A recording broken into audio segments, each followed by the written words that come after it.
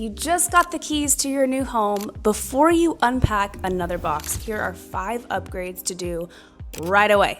Number 1, rekey your locks. You have no idea how many copies of your keys are floating around. Old tenants, contractors, the previous owner's cousin. Rekey on day 1, it's cheap and it gives you peace of mind. Number 2, smart thermostats. They're about $100 to $200 installed, and it starts saving you money on heating and cooling immediately. And it's also an easy weekend project to do. Number 3 is a smart lock or an upgraded deadbolt. It's a security upgrade for convenience. No more fumbling for keys with grocery bags in your hands, that kind of thing. It's worth it.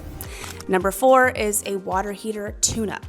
An insulation blanket and a pressure valve check costs almost nothing, but protect one of the most expensive appliances in your entire house. Number 5 is paint and deep clean before you're fully moved in.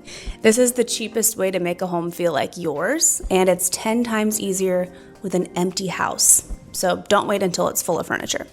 Save this for move-in day, and if you're buying in the South Bay and you want a list of trusted people for all of these things and more, message me. I've got you.